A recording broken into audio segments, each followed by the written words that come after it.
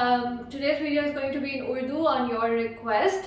तो इसलिए फिर से वेलकम टू पेपर ग्रूव। मैं हूँ इज़्ज़त अंसारी। मैं एक CA पाकिस्तान क्वालिफाइड और CMA USA क्वालिफाइड प्रोफेशनल हूँ और मैं 2021 में पाकिस्तान से कनाडा मूव हो गई हूँ और मैं यहाँ भी एक बिग 4 अकाउंटिंग फर्म में काम कर रही हूँ। मेरी प्रोफेशनल हाइलाइट्स के लिए आप लिंक्डइन चेक कर सकते हैं और मैंने एक छोटी सी इंट्रोडक्शन वीडियो भी बनाई है, तो अगर आप वो देखना चाहें तो वो भी देख सकते हैं। मैं उसका लिंक इधर कहीं पे और वीडियो डिस्क्रिप्शन में भी डाल रही हूँ ताकि आपको एक इंट्रोडक्शन मिल जाए। अच्छा, सबसे पहले तो welcome to all CA students. ये मैं CA स्टूडेंट्स के लिए अपने चैनल पे फर्स्ट वीडियो बना रही हूँ। मुझे CA स्टूडेंट्स की बहुत सारी क्वेरीज आती हैं, वो जहाँ भी मुझे अप्रोच कर पाते हैं वहाँ पे क्वेरीज करते हैं, पर अब वो उनसे ट्रैक रखना और हर किसी का जवाब देना थोड़ा मुश्किल हो रहा था। तो मैंने सोचा कि एक चैनल बना लिया जाए जिधर ये सारे क्वेरीज इकट्ठी आंसर कर दी जाएँ। तो उम्मीद है कि आपको इससे हेल्प होगी, जो भी मैं टिप्स देती हूँ उससे हेल्प होगी और उम्मीद है कि आप मुझे भी मोटिवेटेड रखने के लिए मेरे चैनल को सब्सक्राइब करेंगे और अपने फ्रेंड्स के साथ शेयर करेंगे, बिकॉज ऑफ कोर्स वो मुझे ज़्यादा मोटिवेट करेगा कि मैं वापस आऊँ और आपके सवालात का जवाब दूँ। तो अपने सवालात भी ज़रूर पूछते रहिएगा। मैं कोशिश करूँगी CA से रेलेवेंट जो भी वीडियोस हों वो उर्दू में ही हों। अगर कोई चाहता है कि वो इंग्लिश में भी हों तो प्लीज़ मुझे कमेंट्स में बता दें, तो मैं कोशिश करूँगी कि वो मैं इंग्लिश में भी बना लूँ। तो आज की वीडियो तमाम स्टूडेंट्स से रेलेवेंट है जो CA के हैं, स्पेशली उनसे जो काफ़ी टाइम से फेल हो रहे हैं और आजकल कुछ मोटिवेशन ढूंढ रहे हैं। अच्छा जी, तो पहली बात, अगर तो आप वो हैं जिसके पेपर रिलेटिवली इजीली पास हो रहे हैं तो आई वुड से कि well done, keep it up. और आपने कभी भी लेकिन ओवर कॉन्फिडेंट नहीं होना। आपने जो अपने एफर्ट्स हैं वो कभी भी कम नहीं करने, वो ज़्यादा ही करने हैं ताकि वो डिफ़िकल्टी लेवल को मैच करते रहें और कभी भी आपको फिर बहुत बैड फेलियर्स का सामना ना करना पड़े CA में। तो इसलिए अपने एफर्ट्स को कायम रखें। आज की वीडियो में आपको कुछ पॉइंट्स डेफिनेटली मिलेंगे जो आपको गाइड करने में और इम्प्रूव करने में बहुत हेल्प कर सकते हैं, तो इसलिए आज के वीडियो आपके लिए रेलेवेंट है। अब आ जाते हैं उन लोगों के पास जो काफ़ी टाइम से कुछ फेलियर्स को फेस कर रहे हैं और अब उनकी फाइटिंग स्पिरिट थोड़ी सी मध्यम हो गई है। तो मैं ये कहना चाहूँगी कि आज की वीडियो के सारे पॉइंट्स उन्होंने बहुत ही ज़्यादा ध्यान से सुनने हैं क्योंकि वो आपसे बहुत ज़्यादा रेलेवेंट है। अच्छा, सबसे पहली चीज़ तो लेट्स एड्रेस कि आपकी जो ये फीलिंग आ रही है कि मैं पता नहीं CA में क्यों आ गई हूँ या आ गया हूँ या CA मेरे लिए नहीं है, या एक जनरल डीमोटिवेशन की फीलिंग कि पेपर कभी नहीं पास होंगे, या इस तरह की जो भी फीलिंग्स हैं, ये आइडेंटिफाई करना बहुत ज़रूरी है कि ये फीलिंग्स किसी को भी आ सकती हैं, चाहे वो बहुत आसानी से पेपर्स पास कर रहा हो, चाहे वो फेल हो रहा हो या चाहे वो टॉप कर रहा हो। और ये मैं बात इतनी कॉन्फिडेंटली इसलिए कह सकती हूँ क्योंकि मैंने खुद ये अपनी लाइफ में फ़ेस किया है और मैं अपनी लाइफ से थ्रू आउट जो भी एग्जांपल्स दे पाऊँगी मैं ज़रूर दूँगी, लेकिन इसका ये मतलब नहीं है कि जो मेरे क्लास फेलोज़ थे, जो मेरे फेलो CAs हैं, उन्होंने ये एक्सपीरियंस नहीं किया होगा। उन्होंने डेफिनेटली ये सब चीज़ें एक्सपीरियंस की होंगी, लेकिन क्योंकि मैं अपने एक्सपीरियंस को सबसे ज़्यादा अच्छे से जानती हूँ तो इसलिए मैं अपनी लाइफ से ज़्यादा एग्जांपल्स दे सकती हूँ, पर इसका ये हरगिज़ मतलब नहीं है कि मैं शो ऑफ कर रही हूँ। इट्स जस्ट दैट कि मैं अपनी लाइफ को बेटर जानती हूँ और उसको बेटर तरीके से एक्सप्लेन कर सकती हूँ। तो मैं तो एग्ज़ाम्स में टॉप कर रही थी, आर्टिकलशिप बिग 4 से कर रही थी, लाइफ में सब कुछ सेट था, देखने वाले के लिए तो परफेक्ट था। लेकिन मैं एक पॉइंट पे ऐसे हो गई थी कि पता नहीं मैं CA में क्यों आई हूँ और ये मेरे लिए शायद नहीं है, और मैंने छोड़ने की पूरी तैयारी कर ली थी, मैंने बैकअप प्लान भी बना लिया था और मेरे इर्द गिर्द के लोग जो करीब के हैं वो जानते हैं कि और क्या क्या कुछ हुआ था। लेकिन इवेंचुअली डिफरेंस ये हुआ कि आई फाउंड माई वे। तो ये जानना इसलिए ज़रूरी है कि ये फीलिंग सबको आ सकती है। आपने ये नहीं सोचना कि अच्छा उसके लिए तो बहुत आसान है क्योंकि वो तो इससे कभी गुजरा नहीं है। ये फीलिंग्स आना इन जनरल किसी भी रीज़न से किसी को भी आ सकती हैं। तो ये आइडेंटिफाई करना बहुत ज़रूरी है कि जो डिफरेंस आता है वो आता है कि इसमें दो लोग कैसे उससे डील करते हैं, उससे एक्चुअली डिफरेंस आता है कि कौन किस रास्ते पे चला गया सिर्फ इसलिए कि उसने उससे डिफरेंटली डील किया। तो अब हमें ये समझ आ गई कि ऐसे फील करना नॉर्मल है, बट इसको इसको फाइट ना करने की स्पिरिट रखना नॉर्मल नहीं है। तो इसलिए क्योंकि अब हमें एक्चुअल प्रॉब्लम आइडेंटिफाई हो गई है, वो ये कि आपकी फ़ाइट करने की स्पिरिट कहाँ गई है, तो अब हम उसके ऊपर बात करेंगे। अच्छा, दूसरी चीज़ आइडेंटिफाई करना बहुत ज़रूरी है कि जो लोग सीए के पेपर दे के उन्हें पास कर रहे हैं वो लोग भी इसी ज़मीन के हैं, वो लोग कोई आसमान से नहीं उतरे हुए, वो भी आप जैसे हम जैसे सब जैसे लोग हैं। तो इसलिए ये बात सोच के एक ऑटोमेटिकली एटलीस्ट मुझे तो किसी भी सिचुएशन में तसल्ली आ जाती है कि अगर और लोग डील कर सकते हैं और वो और लोग भी यहीं के हैं, कोई स्पेशल बीइंग्स तो नहीं है, कोई स्पेशल पावर्स तो नहीं है उनके पास, तो फिर डेफिनेटली हम भी कर सकते हैं। तो इससे मुझे तो एटलीस्ट बहुत हिम्मत आती है। होप कि ये सोच जब आप ऐसे फील कर रहे हो तो ये आप सोचें, ये सोच कॉन्शियसली अपना जहन में लाएं और आपको ज़रूर इससे जो है डेफिनेटली उस टाइम के लिए मेंटल तसल्ली मिलेगी। अच्छा, तीसरी चीज़ जो आपको बहुत ज़्यादा हेल्प करेगी वो है एटीट्यूड शिफ्ट। और ये हम किस तरह के एटीट्यूड शिफ्ट की बात कर रहे हैं वो मैं बताती हूँ।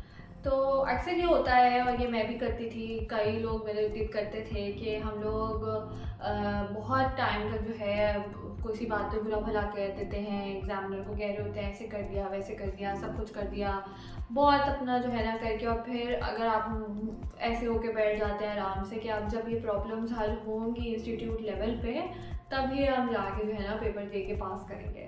पर मसला कुछ ऐसा है कि आप तब तक तो वेट नहीं कर सकते। तो बात यह है कि बहुत अच्छा किया आपने अपना दिल हल्का कर लिया इतनी सारी बातें करके, पर एक बार जब आपका गुस्सा ठंडा हो जाए, जब आप मुतमईन हो जाएं, तो अपने आप से एक सवाल ज़रूर करें और वो ये है कि इसका सलूशन क्या है। क्योंकि किसी इंस्टीट्यूट लेवल पे चेंज ओवरनाइट तो नहीं आ सकता। तो फ़िलहाल तो आपने अपनी प्रॉब्लम आइडेंटिफाई कर ली हुई है, अब आपने सिर्फ और सिर्फ उसका सलूशन ढूंढना है। और ये सिर्फ तभी आता है जब आपका एक in general mentally solution finding attitude हो। तो आपने पहले तो अब कोशिश करनी है कि अब आप एक सोल्यूशन फाइंडिंग एटीट्यूड डेवलप करें। जैसे कि ये कंप्लेंट हो सकती है कि किसी एफआर के एग्ज़ाम में आपको है कंप्लेंट कि ये वाला टॉपिक तो 10 साल में कभी टेस्ट नहीं हुआ, ये एग्जामिनर ने कैसे टेस्ट कर लिया, सारा कुछ बहुत वैलिड। कभी कभार ऐसे हो सकता है कि ऐसे टॉपिक्स आ जाए अनयूजुअल। सिलेबस वास्ट है, बहुत ज़्यादा वास्ट है, हम सबको पता है, वो अलग प्रॉब्लम है। लेकिन आपने क्या करना है इसके बारे में, आपने तो इस अटेम्प्ट में या अगले अटेम्प्ट में पेपर पास करना है। तो उसके लिए सबसे पहली बात तो यह है कि आपको पता है कि एग्जामिनर कहीं से भी टेस्ट कर सकता है, तो आपकी कोशिश ये होनी चाहिए कि जितना ह्यूमनली पॉसिबल हो सके आपने उतने स्टैंडर्ड्स कवर करने हैं, उनकी उतनी कंप्लीटनेस इंश्योर करनी है। और इसका ये मतलब नहीं है कि जितना टीचर ने पढ़ा दिया उतना, जितना आप खुद से भी कवर कर सकते हैं उतना आपने कवर करना है ताकि आपका एक फुल प्रूफ प्लान हो। और मैंने एफआर की एग्जांपल इसलिए दी क्योंकि ये एक सब्जेक्ट था जो मुझे बहुत ही डराता था और मुझे ऐसा लगता था कि वो कौन से ही लोग होते हैं जो सीए फाइनल के एफआर का पेपर पास करते हैं, और मैं शदीद डरती थी इसके एग्ज़ाम से कि कहीं से भी कुछ भी पूछ लेते हैं। तो मैंने इस पर अपनी लिटरली जान मार दी थी और इवेंचुअली जो है वो इवेंचुअली मेरा इसमें मेरिट सर्टिफिकेट आया। तो वो यही है कि आपने अपने फियर को उसको कॉन्कर करना है, लेकिन सबसे पहले उसकी जो बुनियाद है वो एक सोल्यूशन फाइंडिंग एटीट्यूड है कि इसका आखिर सोल्यूशन क्या है।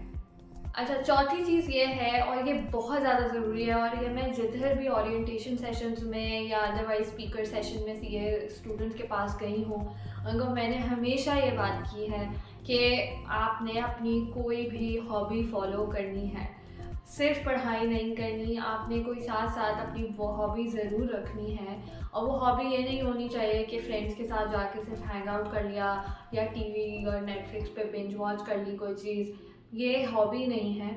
हॉबी कोई ऐसी आपने चुनी है और ऑलरेडी आपकी होगी भी जो आपको एक सेंस ऑफ अकॉम्प्लिशमेंट दे, क्योंकि अगर आप पेपर्स को फेल कर रहे हैं तो आपको एक वो फीलिंग ऑफ अकॉम्प्लिशमेंट जो होती है वो थोड़ी भूलने लग गई है।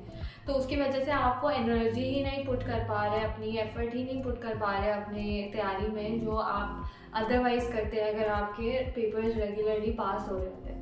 तो आपने अपने आप को वो एक सेंस ऑफ अकॉम्प्लिशमेंट देनी है कोई भी काम करके, कोई छोटी सी ऑनलाइन ट्रेनिंग करके जिसमें थोड़ा एफर्ट लगे लेकिन आपको इवेंचुअली एक सेंस ऑफ अकॉम्प्लिशमेंट आए। नॉर्मल से वेबिनार्स नहीं, कोई ऐसी चीज़ जो थोड़ी चैलेंजिंग हो आपके लिए वैसी कोई करें। या कोई और अगर आपको गिटार सीखने का शौक़ है, थोड़े गिटार लेसन्स लें, कुछ सीखें, आपको एक फ़ीलिंग आएगी।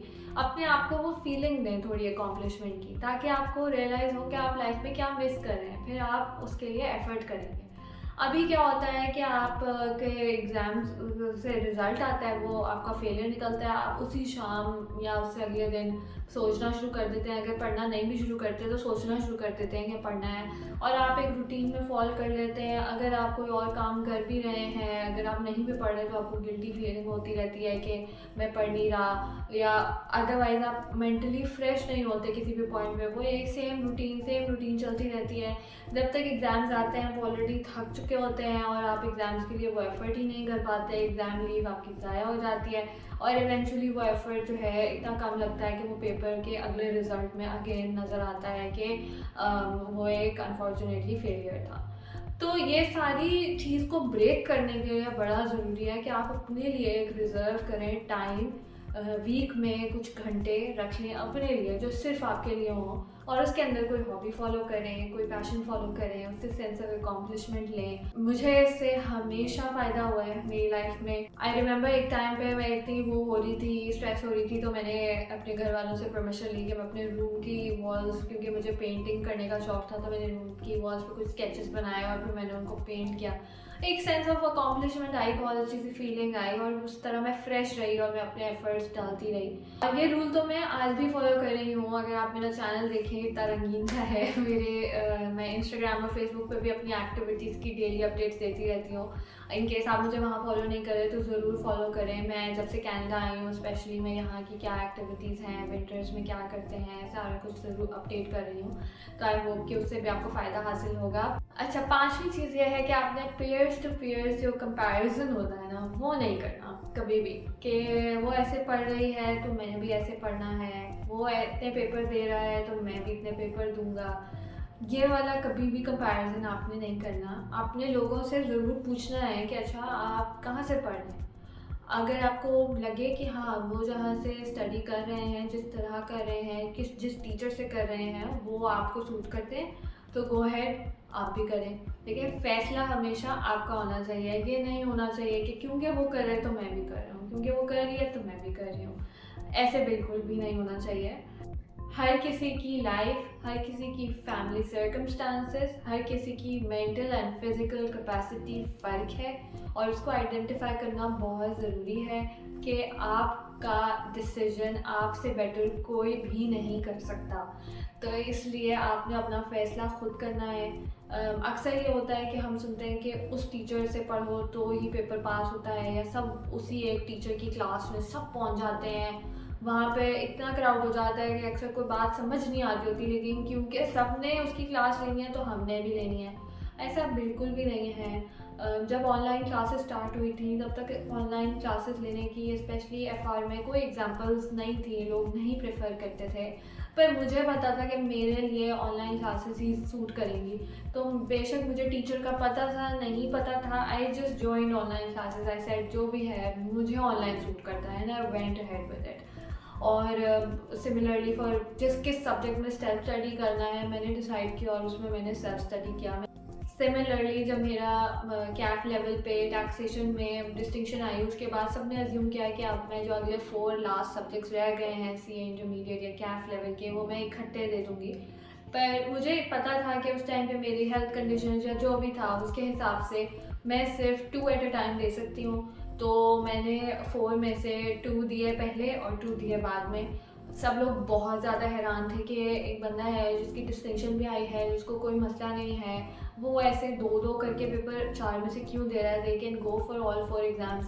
पर अगेन मैं अपने आप को बेहतर जानती थी। अगर मैं शायद वो 4 एग्ज़ाम्स देती तो मैं चारों फेल कर देती, लेकिन मैंने 2-2 किए तो मैंने दोनों दफ़ा साथ-साथ पास कर लिया।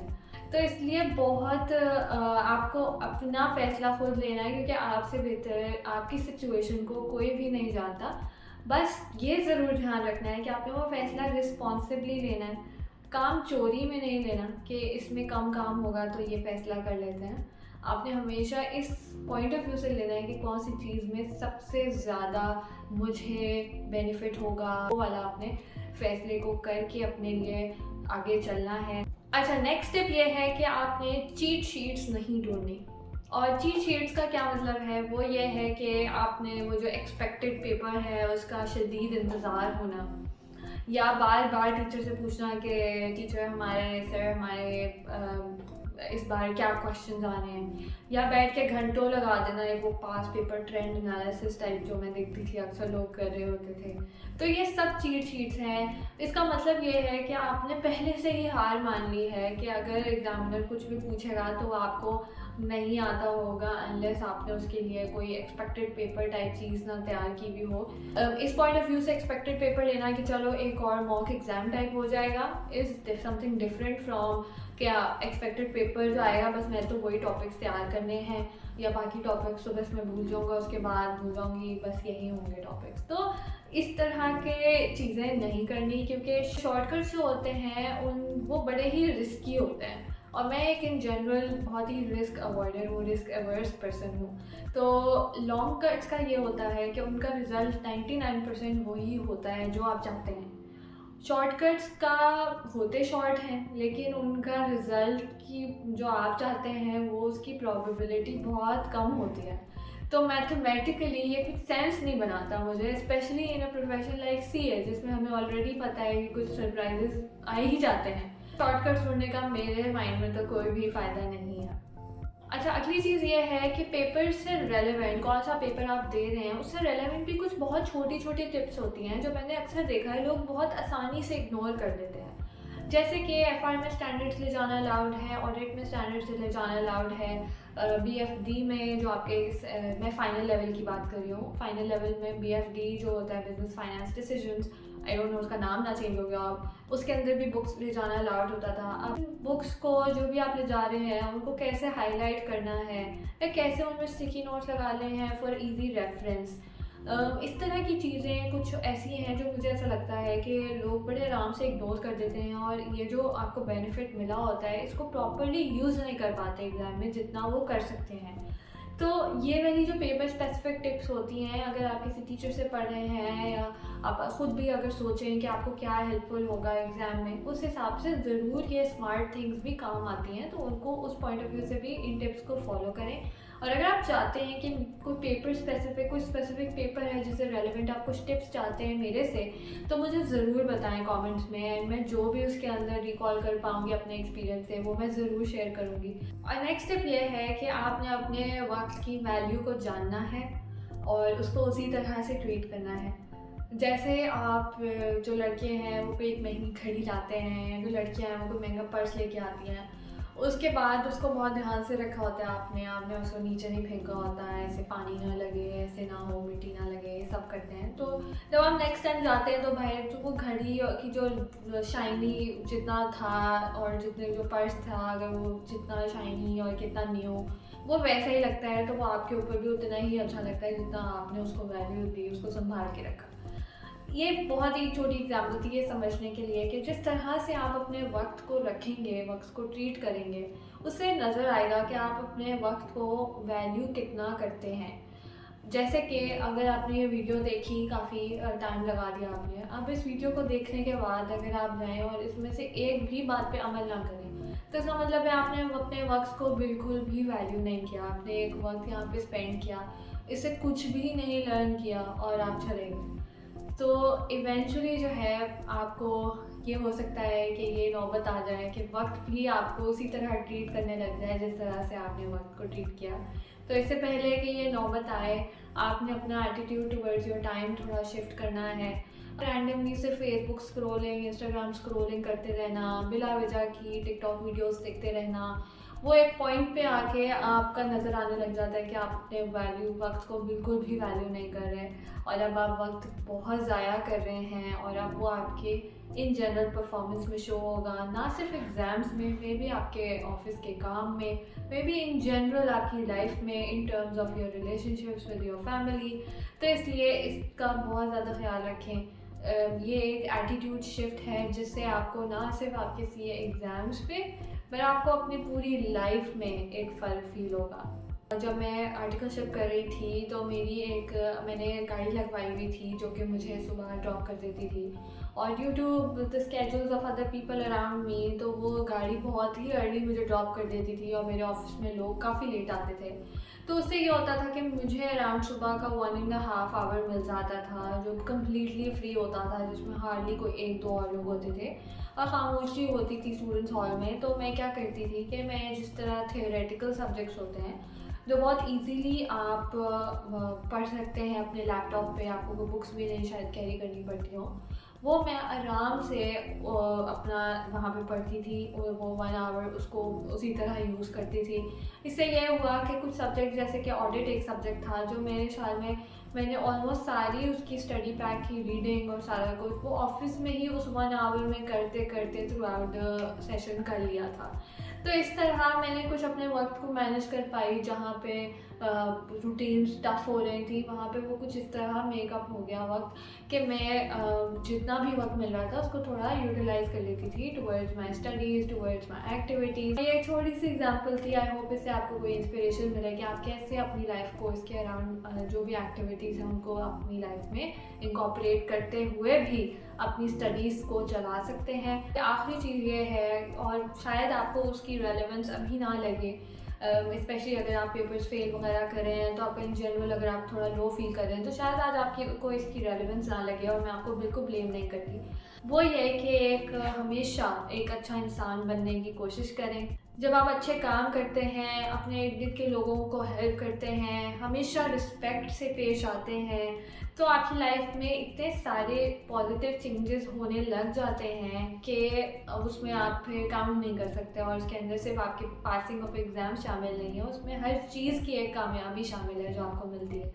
इतनी सारी अपॉर्चुनिटीज सिर्फ आपके इस चेंज ऑफ एटीट्यूड से आपको आ सकती हैं। ये बात मैं इसलिए इतनी कॉन्फिडेंटली कह सकती हूँ क्योंकि ये अगेन एक ऐसी चीज़ है जो मैंने एक्सपीरियंस की है। Just because of the way I am, मैं काफ़ी कोशिश करती हूँ कि मैं जिसकी जो हेल्प हो सके वो करूँ और अच्छे से पेश आऊँ, सबसे बहुत अदब से बात करूँ। रिस्पेक्ट जो है वो बहुत ज़्यादा ज़रूरी है जब आप किसी से भी बात कर रहे हों, चाहे वो आपके कॉलीग हो, चाहे वो आपके सीनियर हो, चाहे वो आपके जूनियर हो। तो इस तरह मेरा हमेशा से एटीट्यूड रहा है। तो मैंने देखा है कि लोग मुझे अपॉर्चुनिटीज़ देना चाहते हैं या मेरे से बात करना चाहते हैं even before they get to know of my achievements या कुछ भी, मेरा बैकग्राउंड जाने बगैर वो ये सब कुछ करने को तैयार होते हैं। वो सिर्फ और सिर्फ मेरा एक एटीट्यूड है। और मैं ख़ुद भी ऐसे लोगों को जानती हूँ जिनको मैंने अपॉर्चुनिटीज़ दी हैं, प्रोफेशनली उनको हेल्प की है, जस्ट बिकॉज मैंने देखा कि कितने हार्ड वर्किंग, कितने ऑनेस्ट, कितने रिस्पेक्टफुल लोग हैं जो इतने अच्छे से बात करते हैं, अपने आप को हमेशा अच्छा प्रेजेंट करते हैं। स्पेशली वो मर्द हजरात जो कि अपने आप को बहुत ही रिस्पेक्टफुली फीमेल्स के अराउंड कंडक्ट करते हैं, और ना सिर्फ उनके सामने, उनके पीछे भी उनका एटीट्यूड ऐसा ही होता है। उनके लिए तो मेरी एक स्पेशल रिस्पेक्ट है और मैं हमेशा उनको जो है अपनी तरफ से जो भी हेल्प कर सकूँ, ख़वातीन को तो करती हूँ पर ऐसे मर्द हजरात को भी ज़रूर करती हूँ जो कि इस बात का बहुत ख्याल रखते हैं। तो इसलिए कुछ अपॉर्चुनिटीज़ ऐसी हैं जो कि सिर्फ आपको एक अच्छा इंसान बन के भी मिल सकती हैं, और आपका जो ये एक कांस्टेंट फीलिंग ऑफ डिप्रेशन होता है through failures of CA exams, वो कहीं ना कहीं ओवरकम हो जाता है। क्योंकि मैंने खुद भी ऐसे सीए जिनके क्वालिफाइड नहीं थे, जिनके पेपर्स काफ़ी पेंडिंग चल रहे थे, उनको अपॉर्चुनिटीज़ दिलवाई हैं सिर्फ on the basis of how they are, how they conduct themselves, वो कैसे बात करते हैं। तो इसलिए ये एक अच्छा इंसान बनना, अच्छी ग्रूमिंग करना भी उतना ही ज़्यादा ज़रूरी है, इसको कम इम्पोर्टेंस पे ना लाएं। और ये एटीट्यूड और कैरेक्टर ना सिर्फ आपका ऑफलाइन होना चाहिए बल्कि ऑनलाइन भी होना चाहिए। जैसे कि इस चैनल के थ्रू भी आहिस्ता आहिस्ता जिस तरह के कमेंट्स आएंगे उससे डिफ्रेंशिएट होने लग जाएगा कि कौन कितना प्रोफेशनली अपने आप को कंडक्ट करता है। इस चैनल वीडियोस अपलोड होने के बाद मुझे लिंक्डइन पे और भी ज़्यादा मैसेजेस आना स्टार्ट हो गए हैं। तो कुछ मैसेजेस होते हैं जो कि बहुत प्रोफेशनली ड्राफ्टेड क्वेश्चंस होते हैं कि हमें इस तरह से सीए में प्रॉब्लम आ रही है, कुछ ऐसे, तो दिल चाहता है उनका मैसेजेस का जवाब देने का। जबकि कुछ ऐसे बहुत ही अनप्रोफेशनली ड्राफ्टेड और ऐसे जो लैक ऑफ रिस्पेक्ट वाले मैसेजेस होते हैं उन पे बंदा सोचता है कि क्या मतलब इसका क्या जवाब दिया जाए कि ना दिया जाए। तो इस तरह आप अपने आप के लिए जो हेल्प के डोर्स हैं वो क्लोज़ कर रहे हैं अगर आप इस तरह से अपना एटीट्यूड ऑनलाइन भी रख रहे हैं तो उससे भी बहुत फ़र्क पड़ता है। इसके अलावा इससे मुझे एक ख़्याल आया है कि अगर आप मेरे एक वीडियो चाहते हैं ऑन कि कैसे लिंक्डइन पे आपको अपने आप को कंडक्ट करना चाहिए, किस तरह के मैसेजिंग है जो आपको करनी चाहिए, किस तरह की नहीं करनी चाहिए, या in general tips on using LinkedIn, तो प्लीज़ मुझे ज़रूर बताइएगा। आई डोंट नो अगर आपको वो हेल्प करेगा कि नहीं, पर अगर आपको लगता है वो आपको हेल्प करेगा तो प्लीज़ मुझे कमेंट्स में बताएं। मैं ज़रूर ऐसी वीडियो बना के अपलोड करूँगी। बाकी शेयर करने को तो बहुत कुछ है, पर उम्मीद है जो आज डिस्कस हुआ है एटलीस्ट वो आप अपनी लाइफ में ज़रूर जो है इम्प्लीमेंट करेंगे, और उसके बाद जो आपको उससे फ़र्क महसूस होता है वो भी ज़रूर ऑब्ज़र्व करेंगे। बस बात ये है कि आपने जो भी बात का अमल करना है वो आपने एक सेंस ऑफ रिस्पॉन्सिबिलिटी से करना है। अगर मैंने कह दिया कि आपने हॉबी फॉलो करनी है तो इसका ये मतलब नहीं कि at the expense of your studies करनी है। इसका मतलब सिर्फ ये है कि आपने अपने आप को फ्रेश रखने के लिए करनी है, पर जो आपका पढ़ाई का टाइम है उस पर आपने पढ़ाई भी करनी है। अपने सवालात भी पूछिए, पर कोशिश कीजिएगा कि आपके जो सवालात हो वो प्रोफेशनल हो और प्रोफेशनली ड्राफ्टेड हो। नॉन प्रोफेशनल कमेंट्स को मैं एक्नॉलेज या रिप्लाई नहीं करूँगी। और मैं probably daily updates type videos on CA Pakistan शायद नहीं बना पाऊँगी। उसके लिए आई थिंक कि प्रोफेशनल्स लेगेसी या इस तरह के चैनल्स बहुत अच्छा काम कर रहे हैं। मैं ज़्यादा अच्छे से आपको वहाँ गाइड कर सकती हूँ जिधर टिप्स चाहिए, जिधर कोई गाइडलाइंस चाहिए, जिधर इन जनरल आपको कोई स्कोप के बारे में पता करना है, या कनाडा में क्या इमिग्रेशन के प्रोसेस के बारे में बातें हैं, वो मैं ज़्यादा बेटर शेयर कर सकती हूँ। तो उसके लिए आपके पास ये चैनल है, आप कभी भी आएँ और वीडियोस देखें और सब्सक्राइब करना ना भूलिएगा। और मिलते हैं अगली वीडियो में। अल्लाह हाफ़िज़।